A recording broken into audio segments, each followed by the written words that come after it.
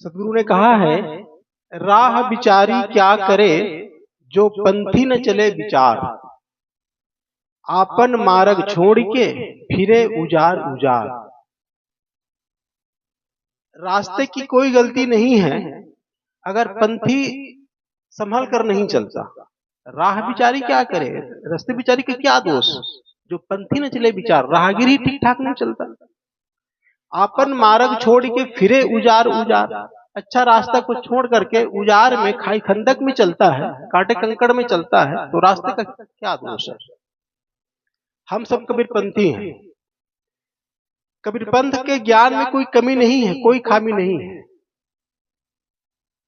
व्यवहार में किस ढंग से जीना है, परमार्थिक जीवन कैसे होना चाहिए, सामाजिक जीवन कैसे होना चाहिए, आध्यात्मिक जीवन कैसे होना चाहिए, सब कुछ साफ साफ है। संत महात्मा रात दिन हमको बताते रहते हैं, उसके बावजूद भी न हमारा व्यवहार ठीक, न जीना ठीक, न पीना ठीक, न खाना ठीक। तो क्या संत महात्माओं की गलती है कि कबीर साहब के ज्ञान की गलती है? कबीर साहब यही कह रहे हैं कि रास्ता तो बढ़िया है, लेकिन चलने वाले उस रास्ते पे चलते ही नहीं, वो खाई खंदक में चल रहे हैं। तो ज्ञान की गलती नहीं है, हमारी गलती है।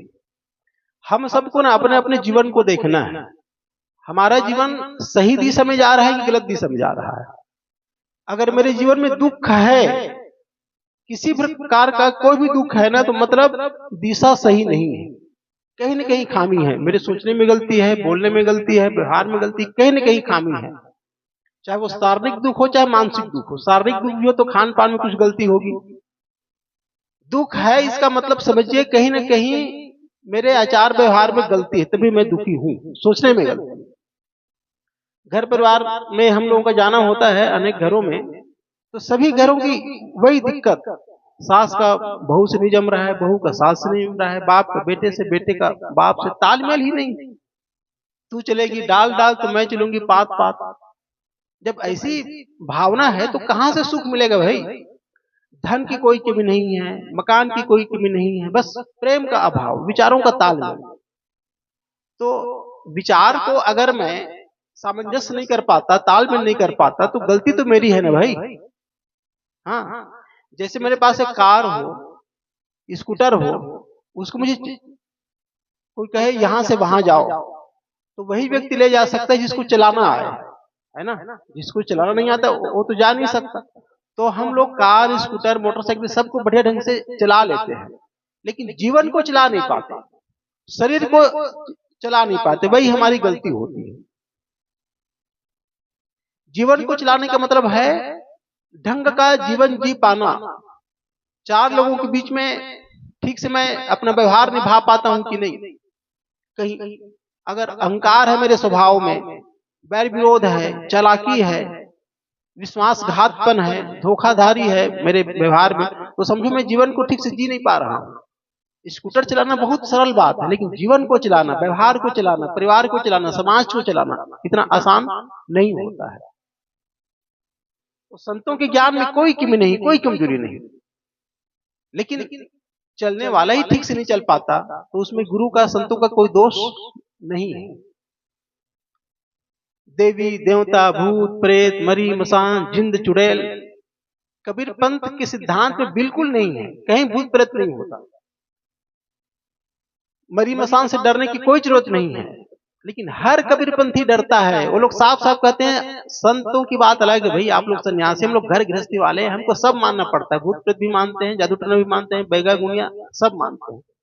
जब कबीर साहब ने कहा है कि तंत्र मंत्र सब झूठ है, मत भरमो जग कोय, इसमें भरमने की बात ही नहीं, तो क्या कबीर साहब की साखी पे आपको विश्वास नहीं है क्या? झूठ बोलेंगे साहब? जब साहब ने साफ साफ कह दिया मंत्र तंत्र सब झूठ है, मत भरमो जग कोय, और सार शब्द जाने बिना कागा हंस न होय, हमके सार शब्द को जानना है भाई। ये झूठ फरेब के शब्दों में पढ़ने की जरूरत नहीं है।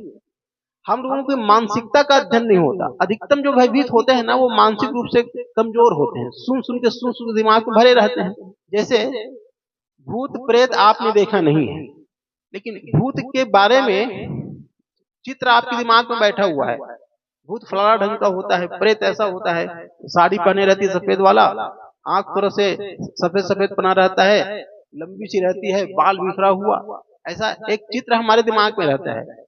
मसान देखे नहीं है, लेकिन मसान का चित्र हमारे दिमाग में रहता है, काला काला सा होता है, लंबा सा आंख, लाल लाल इस टाइप का। तो हम लोग जिंद चुड़ैल देखे हुए नहीं है, लेकिन उसका इमेज हमारे दिमाग में है।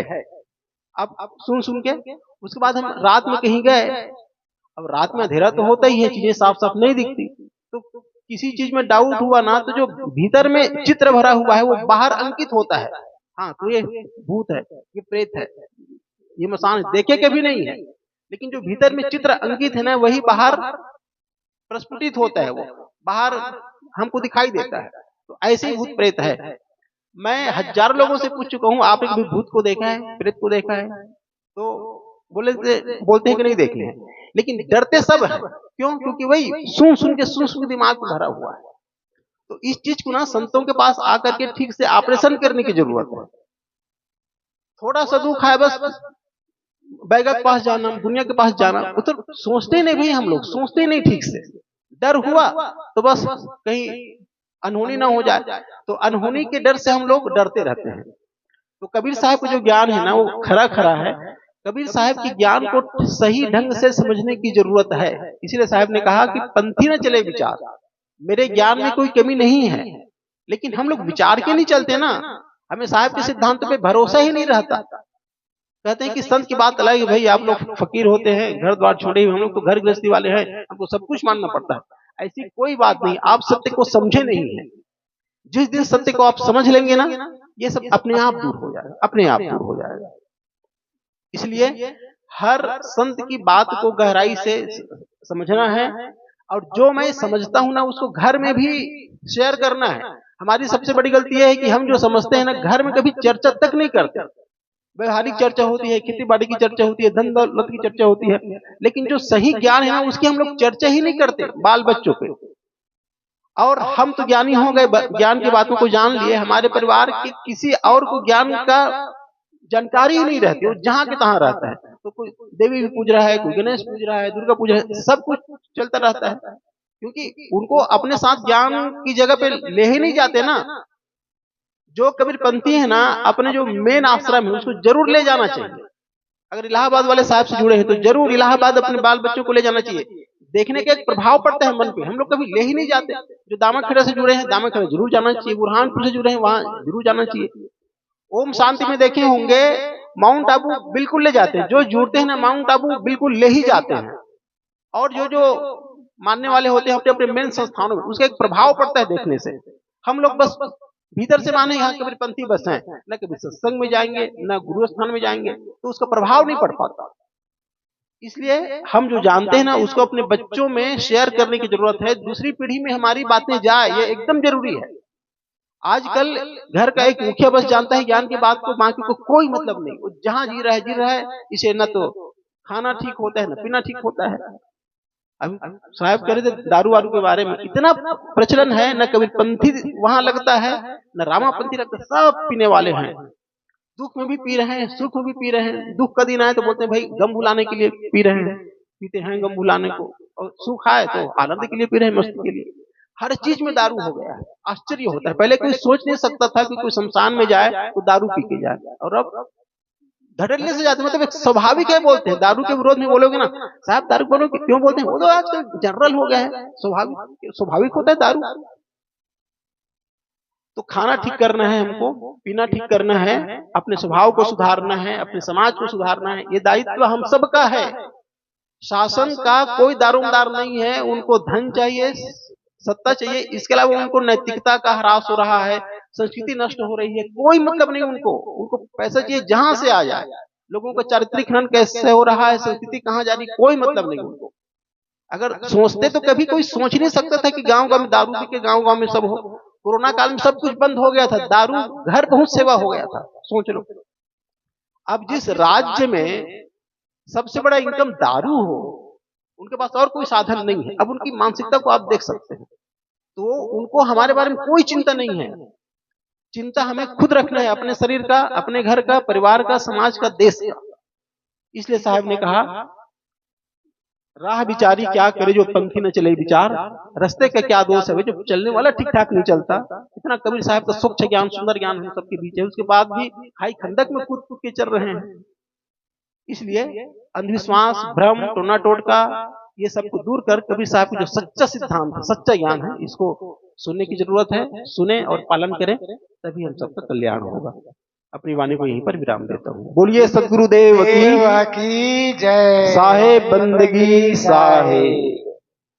सदगुरु कबीर ने कहा है इस संदर्भ में, भांग तंबाकू छूतरा जन कबीर जे खाए, योग यज्ञ जब तब करे सबय रसातल जाए।